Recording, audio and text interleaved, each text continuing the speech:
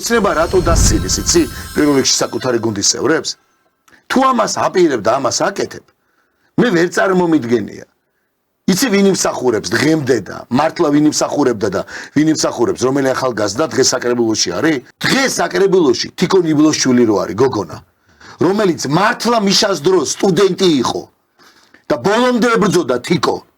ბოლომდე ებრძოდა თიკო და ჩვენთან ერთად ცალკე თავისი ორგანიზაციით და ბოლომდე ებრძოდა და ბოლომდე ისე კი არა მარტო რაღაც ემოციურ ფონზე.